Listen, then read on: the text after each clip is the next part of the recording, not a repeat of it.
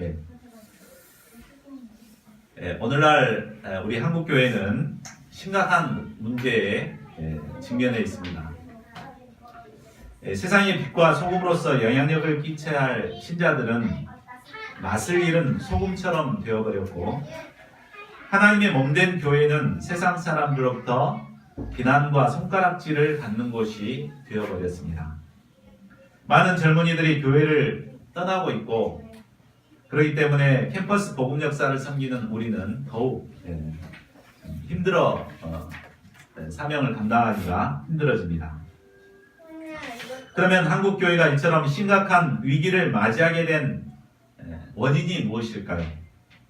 많은 이유가 있겠지만 가장 큰 이유는 바로 교회의 십자가가 사라졌기 때문이라고 생각합니다. 물론 밤에 이렇게 보면은 십자가 네온 사인들이 곳곳에 켜 있습니다. 그러나 정작 신자들의 마음속에는 고난의 십자가가 찾아보기가 어렵습니다.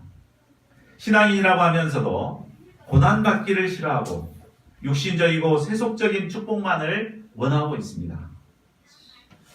이런 우리에게 오늘 말씀은 십자가의 복음을 영접한 신자들이 이 땅에서 어떤 삶을 살아야 하는가 분명한 방향을 제시하고 있습니다. 본문 말씀을 통해 하나님께서 우리에게 원하시는 분명한 뜻이 무엇인가를 붙들 수 있기를 기도합니다. 베드로는 지난 2장 13절부터 신자들이 세상에서 어떤 삶을 살아야 하는가를 증거했습니다. 신자들은 이방인들 중에서 자신의 행실을 선하게 함으로 하나님께 영광 돌리는 삶을 살아야 한다고 했습니다. 그래서 구체적으로 인간이 만든 모든 제도에 순종해야 한다고 가르쳤습니다. 그리고 직장 생활하는 사람은 주인이 상사가 까다로운 사람이 이렇게 상사라 하더라도 순종하며 영향력을 끼치라고 권면했습니다. 그리고 부부 관계에서도 아내는 남편에게 순종하고 또 남편은 아내를 사랑하도록 권면했습니다. 자, 이것이 이제 오래됐지만 지난 4강까지 배웠던 내용입니다. 이제 베드로는 오늘 본문 말씀을 통해 신자들의 행실에 대한 마지막 결론을 내리고자 합니다. 다 같이 우리 8절을 같이 읽어보겠습니다. 시작. 마지막으로 말하노니 너희가 다 마음을 같이하여 공정하며 형제를 사랑하며 불쌍히 여기며 겸손하며. 베드로 사도는 마지막으로 신자들의 바른 행실을 요약해서 정리하고 있습니다. 먼저는 서로 마음을 같이하여 공정하라고 합니다. 힘든 세상에서 서로의 마음이 나누게 되면 얼마나 힘들겠습니까? 교회에 와서 좀 위로를 받아보려고 교회 왔는데 마음이 나눠갖고 이렇게 하면은 굉장히 세상에서도 고난을 받고 교회 와서도 막 불편하고 그러면 얼마나 힘들겠어요. 그러니까 한마음 합심이 되도록 권면하고 있습니다. 우리가 한마음 합심이 될 때 어떤 어려움도 합심해서 이겨낼 수가 있는 것입니다. 우리가 마음을 합하기 위해서는 다른 동역자들에 대한 동정하는 마음이 필요합니다. 동정한다는 것은 그 사람의 아픔이나 연약함을 깊이 공감한다는 뜻입니다. 우리는 때로 자신의 기준에 미치지 못하는 동역자에 대해서 요구하는 마음을 갖기 쉽습니다. 요구 심정을 가지고 저 동역자는 왜 저런가? 저 스텝 목자는 왜 저 모양인가? 이렇게 정죄하기 쉽습니다. 그렇게 되면 그 모임은 하나 될 수가 없습니다. 그러나 동역자들을 공감하고 동정하는 마음을 갖게 될 때, 저 사람 얼마나 마음이 아플까? 저럴 때 이렇게 이해하고 공감할 때 서로 이렇게 동역이 그릇이 이루어지게 되는 것입니다. 그 다음으로 해야 할 일이 무엇입니까? 형제를 사랑하며 불쌍히 여기는 마음을 가지라고 합니다. 사람들은 어려움이 생기면 자기 문제에 얽매여 남을 돌아볼 여유를 갖지 못합니다. 그러나 신자들은 나보다도 더 어려운 처지에 있는 형제에게 관심을 가져야 합니다. 그리고 그들을 그리스도의 사랑으로 사랑하며 불쌍히 여겨야 합니다. 그리고 마지막으로 겸손해야 합니다. 예수님께서 종의 모습으로 낮아져서 더러운 우리들의 발을 씻어주셨듯이 우리도 겸손하게 낮아져서 세상 사람들을 섬겨야 합니다. 이것이 바로 신자들의 마음 자세인 것입니다. 계속해서 베드로 사도는 우리를 핍박하는 세상 사람들에 대해서 어떻게 행해야 할 것을 말하고 있습니다. 9절도 우리 같이 읽어보겠습니다. 시작. 악을 악으로 욕을 욕으로 갚지 말고 도리어 복을 빌라. 이를 위하여 너희가 부르심을 받았으니 이는 복을 이어받게 하려 하심이라. 우리는 보통 겸손한 사람들을 낮아져 섬기는 것은 별로 어렵지 않습니다. 그렇죠? 겸손한 사람들은 잘 이렇게 낮아져서 섬기는데 아주 교만하고 악을 행하고 심지어 우리에게 욕하는 사람들은 겸손하게 낮아져 섬길 수가 없습니다. 악을 악으로 욕을 욕으로 갚아주고 싶습니다.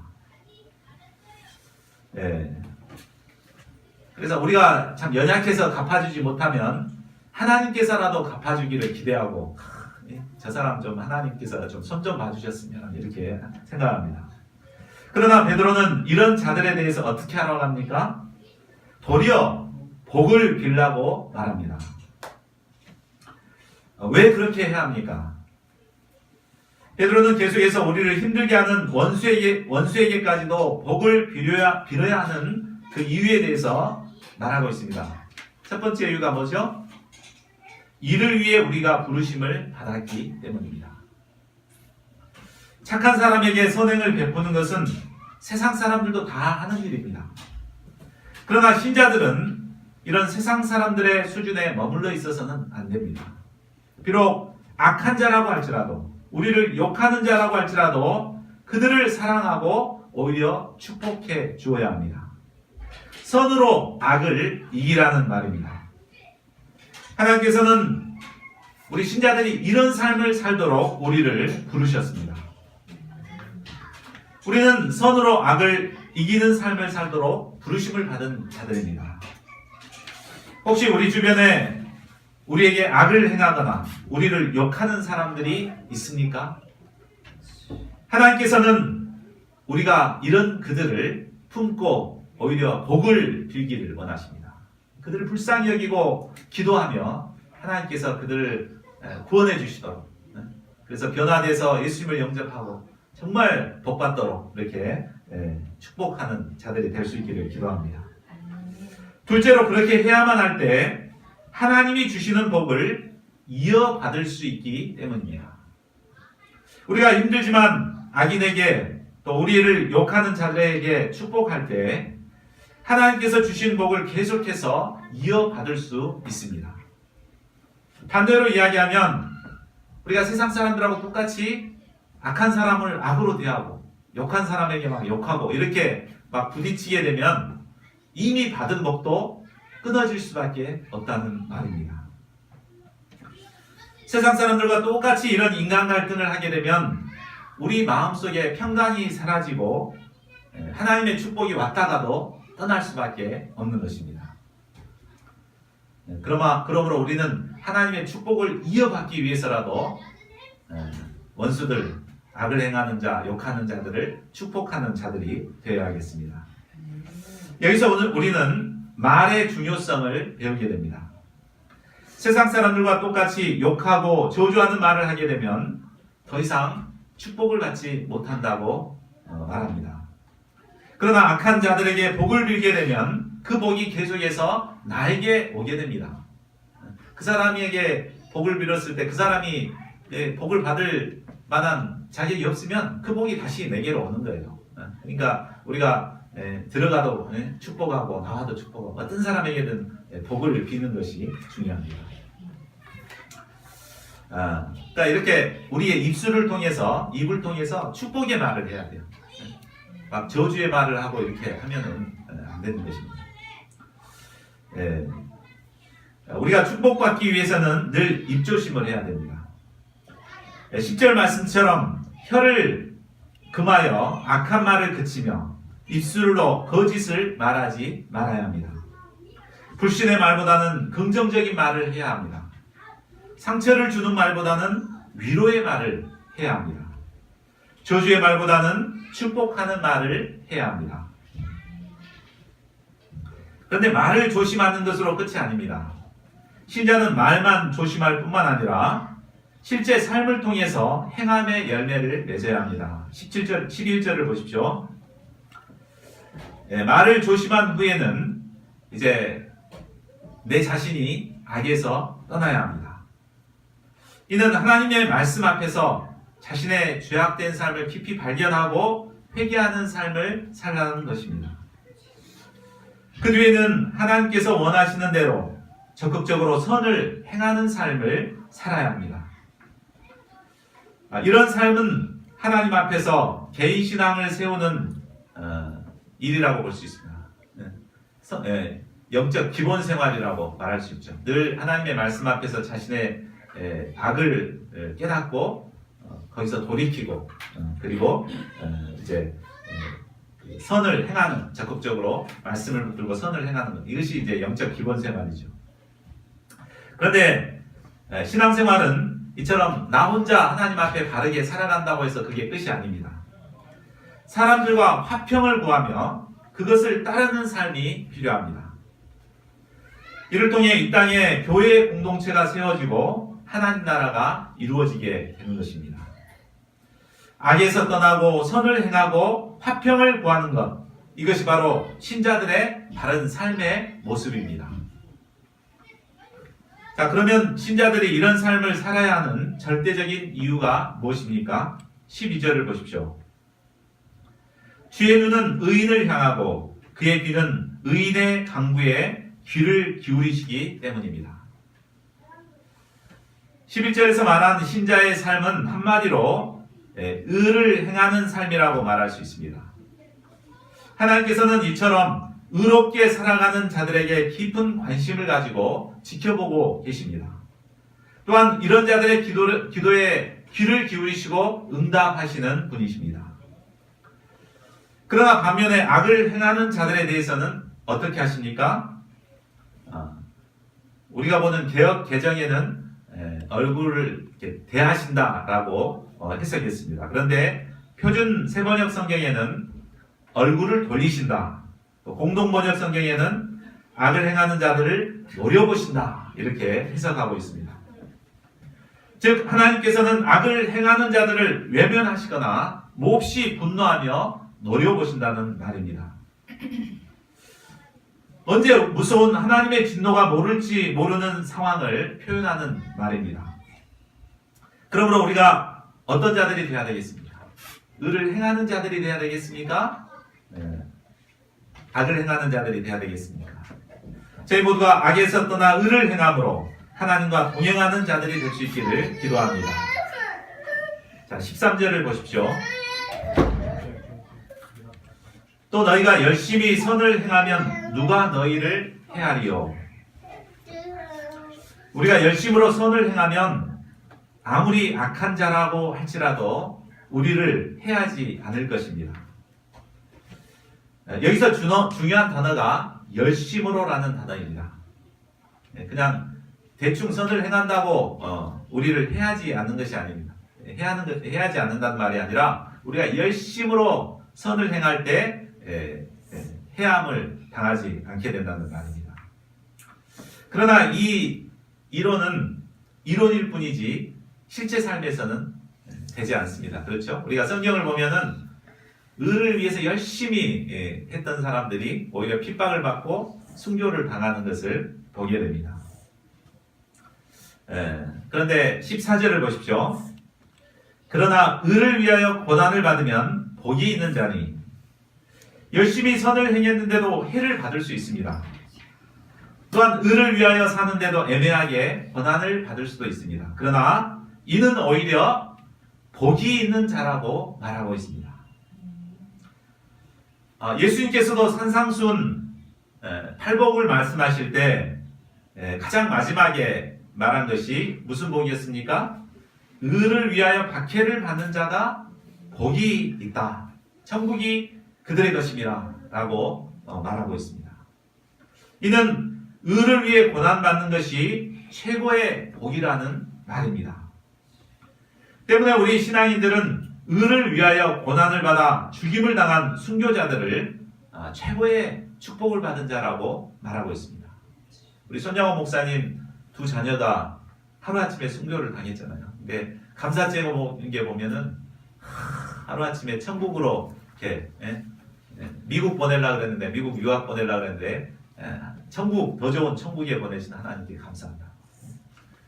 이게 의를 위해서 이렇게 고난을 받고 죽임을 당하는 그것까지도 복이 있는 것임을 영접한 것이죠. 의를 위하여 고난을 받는 것은 복입니다. 그러므로 고난을 받을 때 우리가 이렇게 고난을 받는다 이렇게 할 것이 아니라 하나님의 축복을 받는구나 이렇게 생각할 수 있기를 바랍니다. 세상 사람들은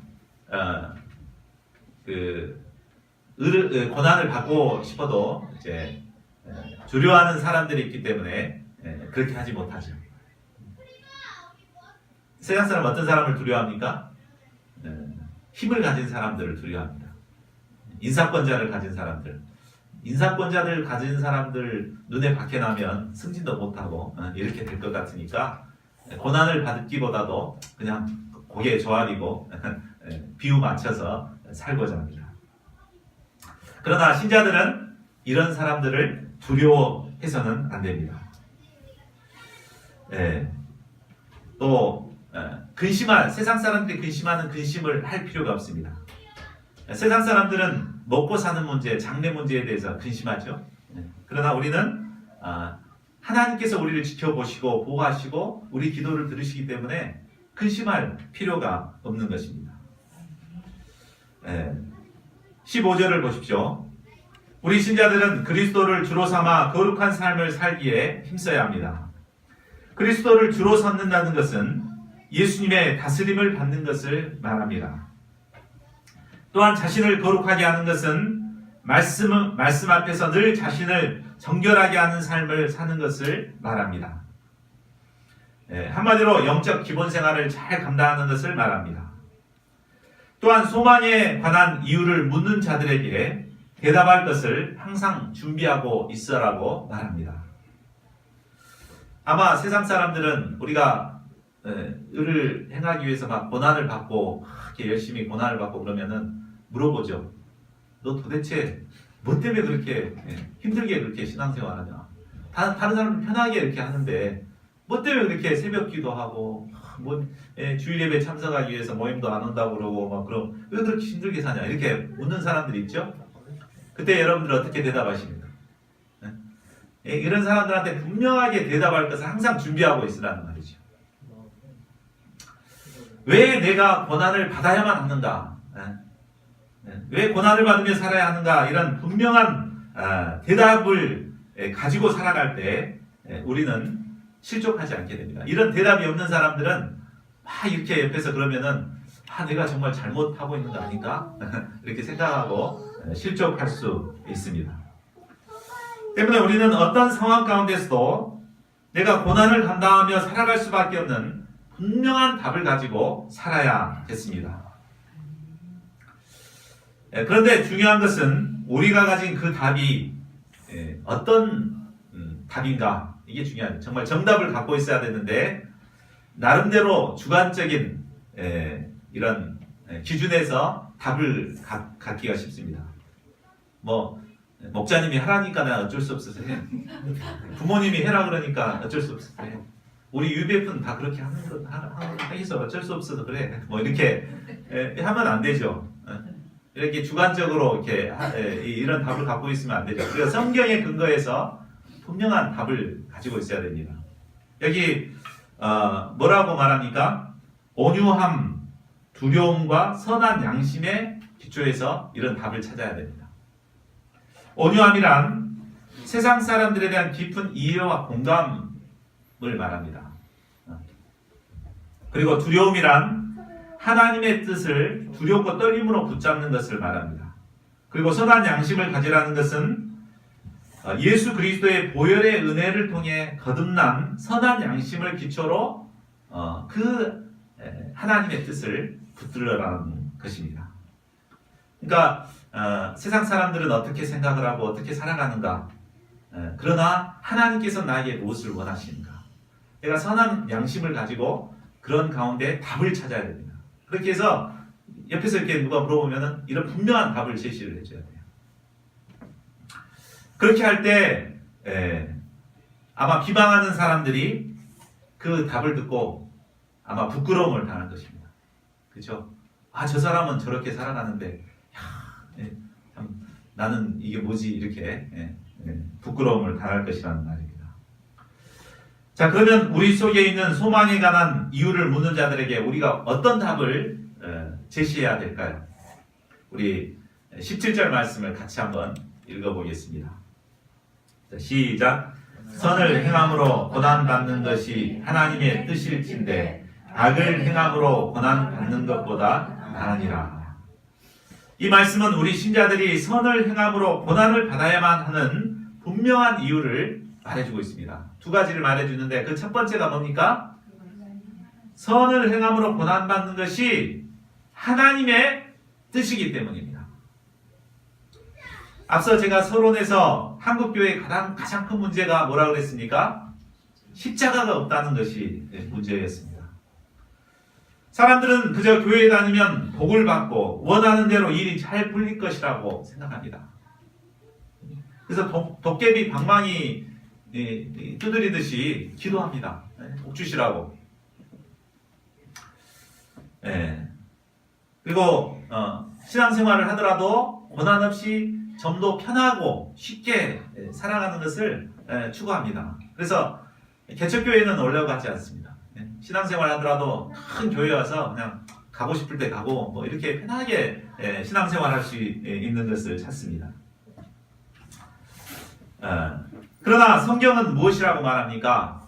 하나님의 뜻은 선을 행함으로 고난받는 것이 하나님의 뜻이라고 말하고 있습니다. 예수님께서도 말씀하셨습니다. 우리 누가복음 9장 23절 예수님이 하신 말씀 같이 한번 읽어볼까요? 시작.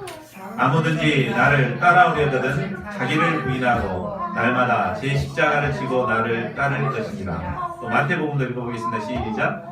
좁은 문으로 들어가라. 멸망으로 인도하는 문은 크고 그 길이 넓어 그리로 들어가는 자가 많고 생명으로 인도하는 문은 좁고 길이 협착하여 찾는 자가 적음이라고 했습니다.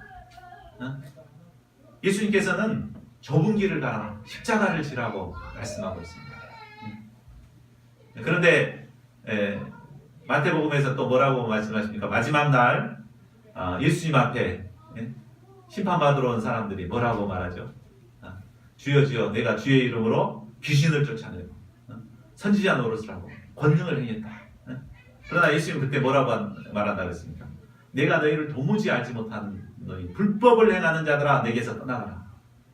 불법을 행하는 자들아. 불법이 뭐죠? 하나님의 법을 어긴 거죠. 하나님의 법은 선을 행함으로 고난을 받는 것이 하나님의 법인데 그 법을 떠나서 자기 영광을 취하고 이렇게 살아가기 때문에 하나님 앞에서 이게 불법이 되는 것입니다. 하나님의 뜻은 선을 행함으로 고난을 받는 것입니다.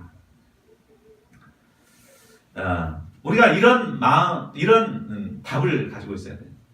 하나님께서는 선을 행함으로 고난을 받는 것이 하나님의 뜻이다.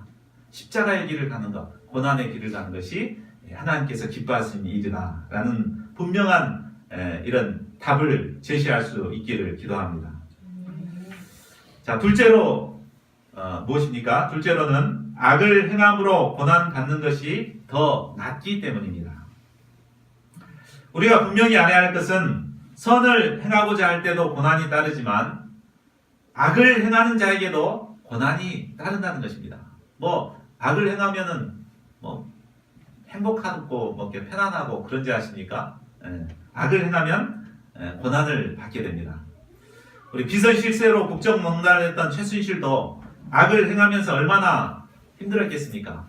참 혼자서 국정을 다 이렇게 하려고 그러니까 인사도 해야 되고 대통령 담화문도 고쳐야 되고 또 국정 전반에 갖춰 농단을 하느라고 그냥 내가 죽겠다고 막 이렇게 하소연을 하잖아요. 들어보면. 그리고 지금은 감옥에서 성질을 죽여가며 갑질도 못하고 얼마나 고난받고 있습니까?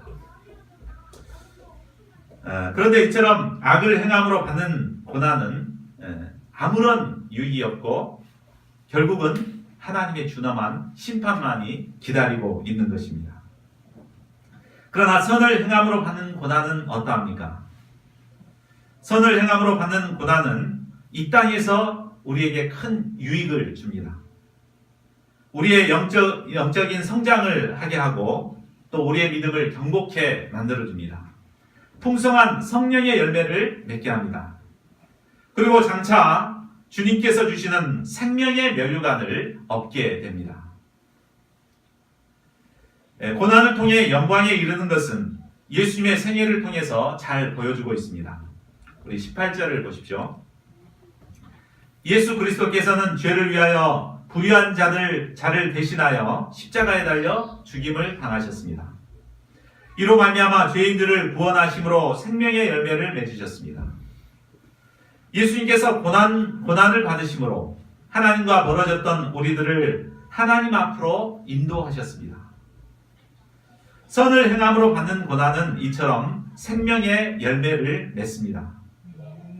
우리가 선을 행함으로 고난을 받게 될 때 우리를 통해서 죽었던 영혼들이 살아나게 됩니다.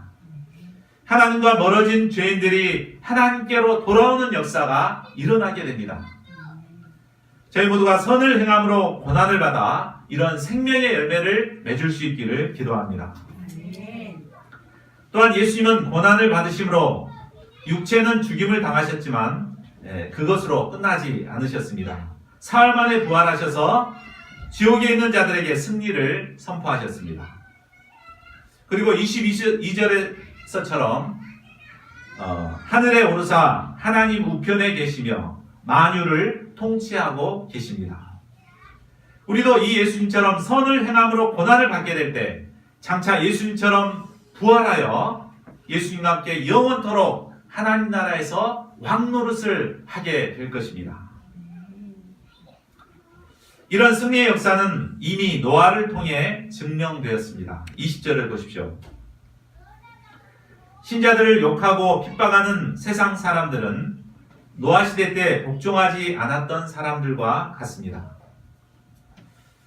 창세기를 보면 노아는 홍수로 심판하신다는 하나님의 경고의 말씀을 듣고 순종하여 방주를 지었습니다.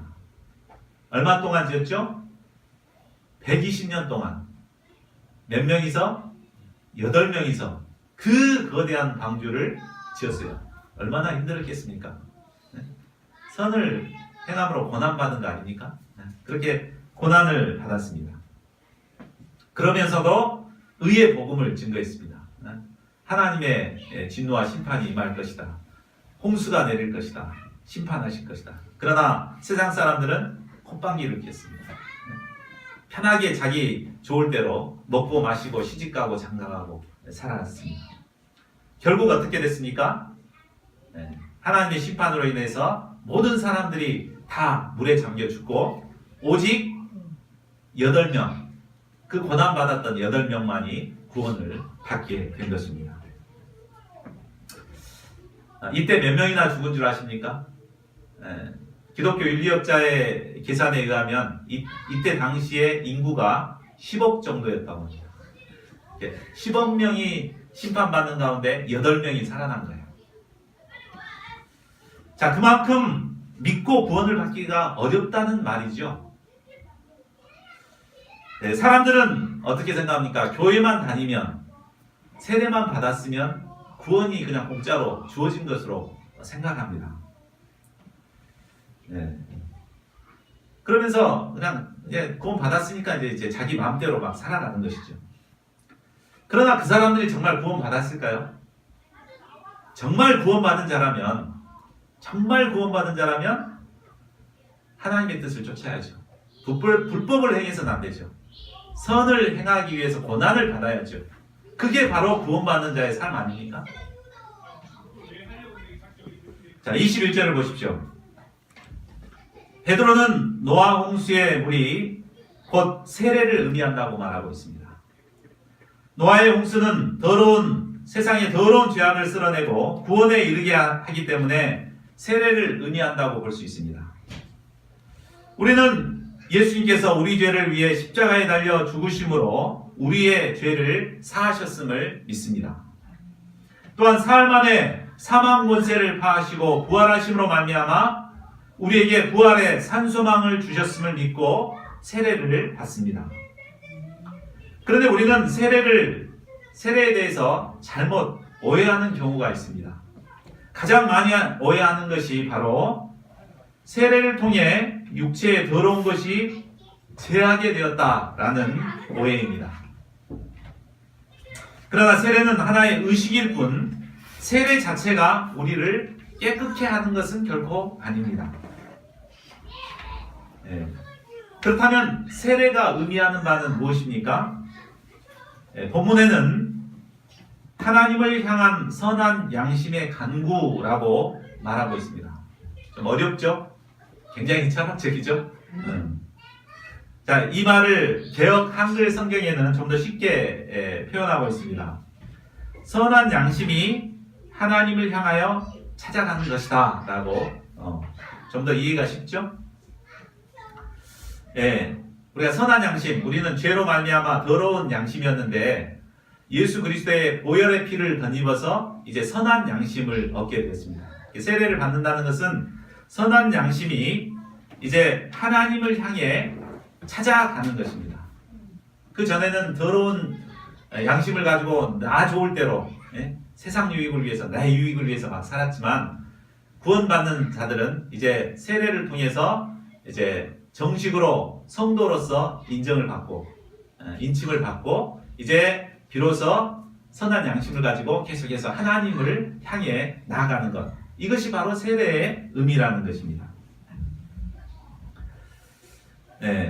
그러니까 세례받은 자들은 이제 성도로서 계속해서 깨끗한 양심을 유지해 가면서 계속해서 하나님께 나아가는 삶을 사는 것이에요. 여기에는 고난이 따르죠. 그렇죠? 자기 부인과 자기 십자가를 져야 되고 정말 기본 생활을 감당해야 되고 하나님 앞에 영적 기본 생활을 감당해야 합니다. 우리가 이런 바른 신앙인들이 되어야 되겠습니다. 자, 이제 결론을 맺겠습니다. 오늘날 한국교회는 세계에서 유례를 찾아볼 수 없을 만큼 눈부신 성장을 이루었습니다. 세계에서 가장 큰 교회가 우리 한국에 있습니다. 그리고 국민의 4명 중에 1명이 기독교인이 되었습니다. 그러나 겉으로 볼 때는 화려한 것 같지만 내면은 잘못된 신앙관으로 인해 깊이 병들어 있습니다. 우리는 이런 시대를 본받지 말고 말씀에 기초한 분명한 복음신앙을 소유하는 자들이 되어야겠습니다. 하나님께서는 구원을 받은 우리가 선을 행함으로 고난을 받기를 원하십니다. 세례를 받은 우리 신자들이 거룩한 하나님을 향해 순례자의 삶을 살기를 원하십니다. 저희 모두가 하나님의 뜻을 깊이 영접하고 실제 삶에서 선을 행함으로 고난을 받는 자들이 될 수 있기를 기도합니다. 그래야 생명의 열매를 맺고 장차 주님께서 주시는 생명의 면류관을 얻는 저희 모두가 될 수 있기를 간절히 기도합니다. 우리 요절 말씀 읽고 기도하는 시간 갖겠습니다.